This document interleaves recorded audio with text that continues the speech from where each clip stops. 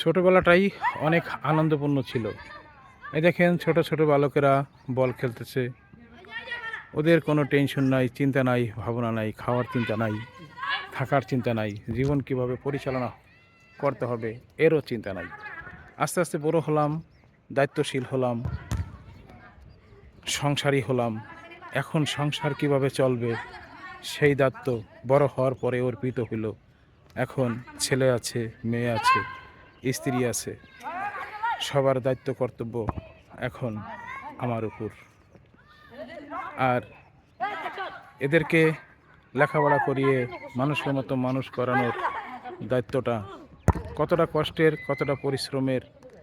যে পিতা এ দায়িত্ব নিয়ে এই সংসার পরিচালনা করেন সেই বোঝেন এর গুরুত্ব কতটুকু, বা কতটা কষ্টের, বা কতটা শ্রমের।